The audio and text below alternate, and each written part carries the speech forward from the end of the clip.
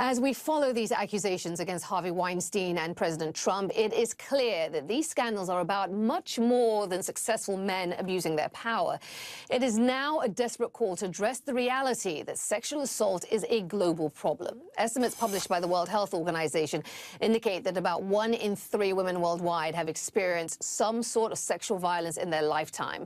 But now, more than ever, women and men are using social media to call for action. Actress Rose McGowan publicly accused Harvey Weinstein of raping her in a series of tweets last week. Twitter then temporarily deactivated her account, which prompted a hashtag Women Boycott Twitter movement. Amid that boycott, a different social media campaign sprung up to amplify the voices of a segment of women who all too often are not heard or championed. I'm talking about women of color, and the hashtag that came to signify our voices, Women of Color Affirmation. Joining me now is the creator of that hashtag, activist April Rain. April is also the creator of the Oscars So White hashtag that went viral back in 2015. April, welcome. Really good to have you with us on the program. Thank you. It's my pleasure. So let me ask you, was there a specific moment or incident that led you to say women of color need to stand apart from the Women Boycott Twitter movement last week?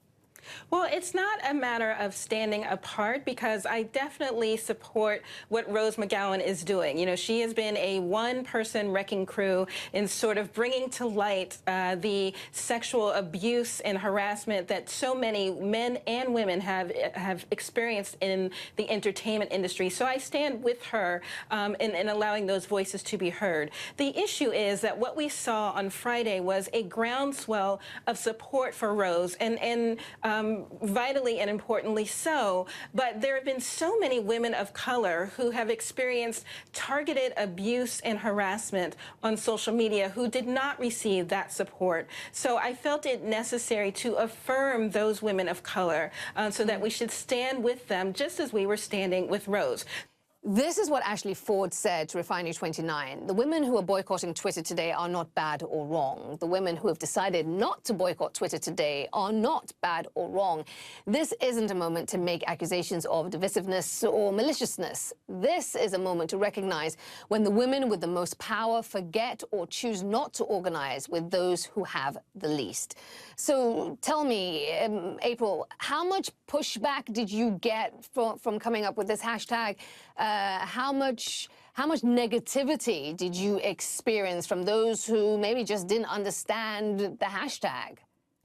Yes, that did happen, unfortunately, and in my experience, the people that I got the most pushback from were white women who didn't understand, who A, didn't understand why we all didn't boycott on Friday, and B, didn't understand why a special hashtag, as they called it, needed to be created to celebrate women of color. So it was unfortunate because the hashtag is nothing, Women of Color Affirmation is nothing but positivity. I mean, it's got the word affirm in it, right? But I used it, and many used it as a teachable moment to say, you know, all too often feminism has not been intersectional. Feminism has been about white women, when really we need to think about other women and the fact that women of color face additional challenges in being both a woman of color and female or non-binary. And so we need to keep that in mind. You know, very often white women are considered the default,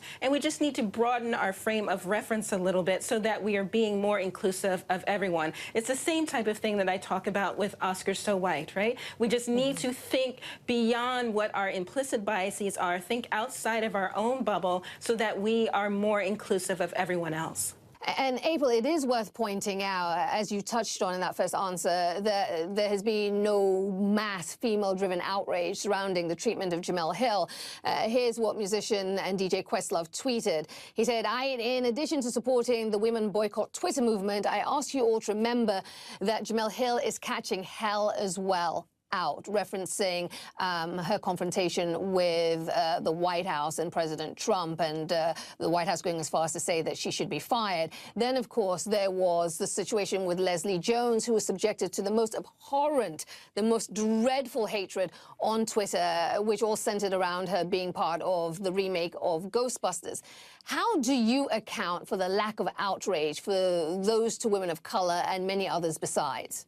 Right. I think that there was outrage among the women of color community, but unfortunately there wasn't outrage with white women, you know, women who self-identify as feminists. And so women of color affirmation is saying, let's be consistent. If we are going to affirm women, then and we're going to stand with women, then let's stand with Jamel Hill. Let's stand with Jamila Lemieux. Let's stand with Blair Imani. Let's stand with Leslie Jones. Let's stand with all women who face targeted abuse and harassment in any form. So if you're going to boycott for Rose McGowan, and really these allegations, as you mentioned, just came to light within the last 10 days, why is it that there was not the same type of outrage for Jamel Hill when this has been going on for nearly a month now?